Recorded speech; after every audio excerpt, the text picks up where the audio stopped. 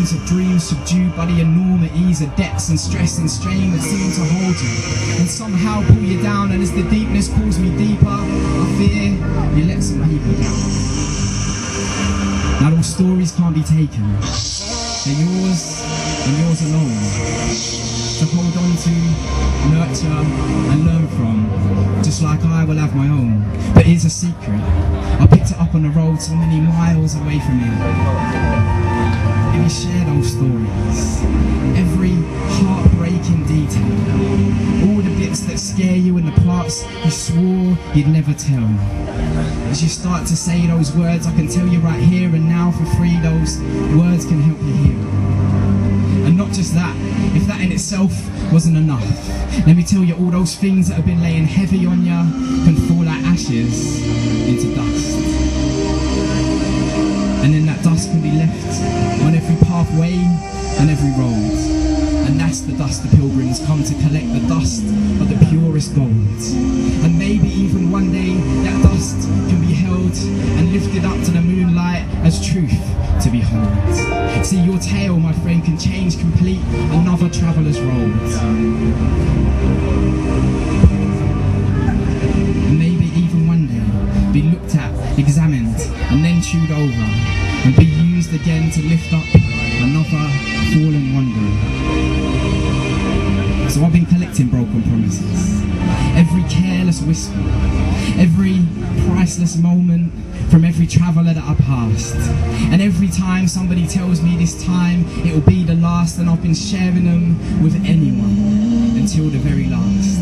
And I've been sharing them with anyone and everyone who's anyone and just needs a lighter load. And in return, all I'm asking is to tell me all about your road, all the things that once were you and all the things that lie ahead, all the stories that you lived through and what it was brought you back from the edge, all the dust that you picked up and the bits you left behind too, all the times that you got lost and where it is the sunset finds you.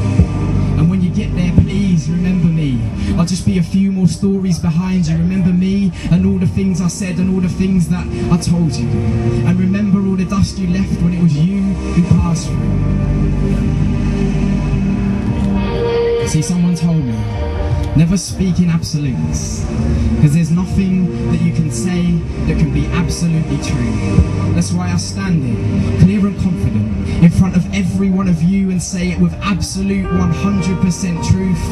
All my life, I've been searching, just like I'm sure you have too. I found some answers to some questions, and I'm still searching for some too. Times change, with people passing, and all the people they change too. So be careful the questions you ask, and the answers that you hold on to be truth. And if you need a break, I beg you take one, right there on the roadside. Share your tale with passing strangers and pick up the dust they left behind. So you never can quite tell if the stories that you hear are going to be true. But I don't think that really matters if it helps you get to where you're going to. Tread careful on the road and be sure to leave a little bit of dust behind you. That's it. Did you see the opening scenes of the Olympic show? James Bond and bouncing punks and former athlete Seb Coe. They pulled out stops and drafted in the lobbies, you can tell. Ken Branagh quoting Shakespeare dressed as Isambard King Brunel. The Queen jumped from a helicopter, parachuting, yikes. Much scarier would be if someone handed Prince Philip a mic. Page 370 on this illustrious book that some bloke wrote. This whole book, by the way, is on the internet. It's all free, so otherwise it costs a fair bit of money, so I wouldn't bother. Go to the internet. The duck joke. The best joke in the world, probably. Got a smile from the gentleman at the back there. So a duck walks into a pub and orders a pint of lager and a ham sandwich. The landlord looks at him and says, "But you're a duck." "I see your eyes are working," replies the duck. "And you talk," exclaims the landlord. "I see your ears are working," says the duck. "Now can I just have my beer and my sandwich, please? I'm working on the building site across the road and I'm on my break." So the landlord serves him and he drinks his beer, eats his sandwich, reads his newspaper and leaves, back to work. This continues for 2 weeks. Then one day the circus comes to town. The ringmaster of the circus comes into the pub and the landlord says to him, "You're with the circus, aren't you? I know this duck that would be just brilliant in your circus. He talks, he drinks beer, reads papers, everything. Sounds marvellous," says the ringmaster. "Get him to give me a call." So he gives him a card. So the next day when the duck comes into the pub and the landlord says, "Hey, Mr. Duck, I reckon I can line you up with a top job, paying really good money." "Yeah," says the duck, "sounds great. Where is it?" "At the circus," says the landlord. "The circus?" the duck inquires. "That's right," replies the landlord. "The circus, that place with the big tent, with all the animals, with the big canvas roof, with the hole in the middle. The circus?" asks the duck. "That's right," says the landlord. The duck looks very confused. What the hell would they want with a plaster? Early morning light, an African child wakes, takes off for school, bare feet stepping on bare earth, cool breeze kissing bare skin. As he runs, he dreams of a time when he will race to win. Hundreds, thousands, bare people chant his name as he runs, bare feet skipping across cold concrete, winning marathons. Years pass, now he's got bare gold, medallions and trophies in the bank, bare name brands on his back. Barefoot no more, he's a champion now. Bare people know his name. He's famous in every country in the world. Children watch him on TV. As he runs, they dream.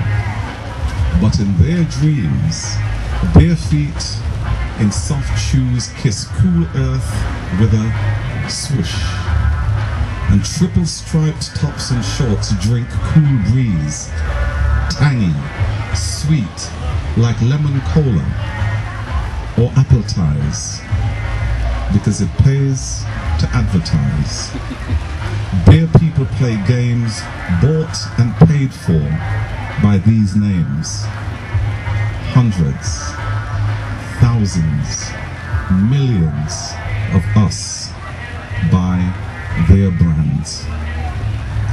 But at first sight of early morning light, an African child wakes, takes off for school, bare feet stepping on bare earth, cool breeze kissing bare skin. And as she runs, she dreams.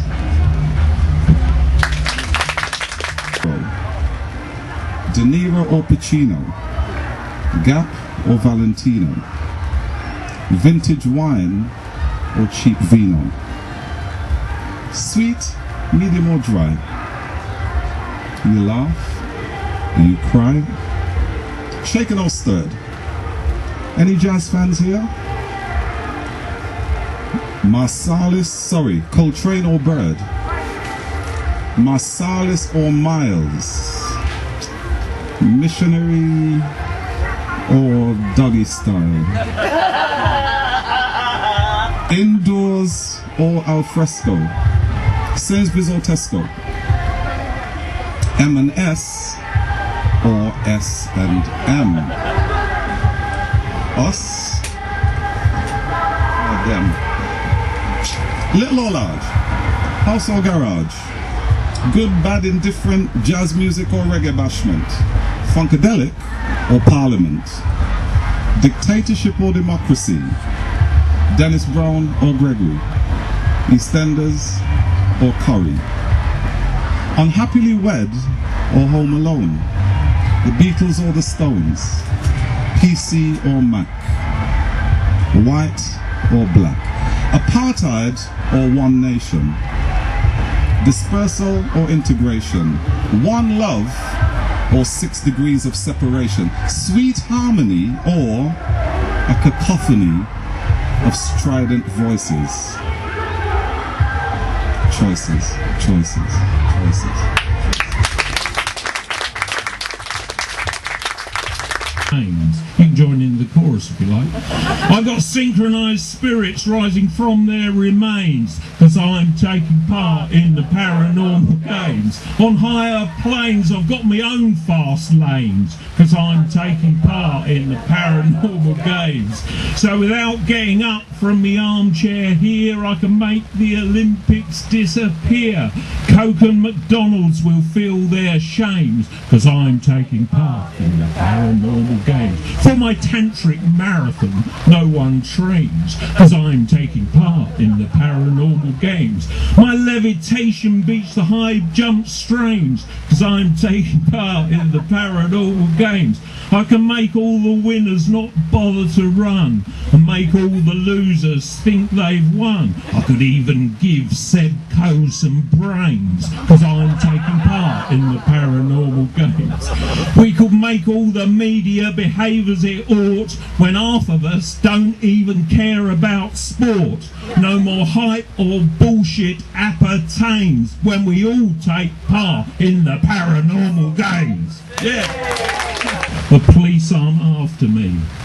No one wants to hit me now. I can't live dangerously. I can't go back to Braintree. Braintree's not itself. They've closed the wagon. Gracie's gone. It's not bad for my health. I can't go back to Braintree and try to climb the floor. I can't go out into that town and wish I'd stayed in more. I can't go out back to Braintree, get done by a jailbird's wife, but I would fain go back to Braintree when I want to ruin my life.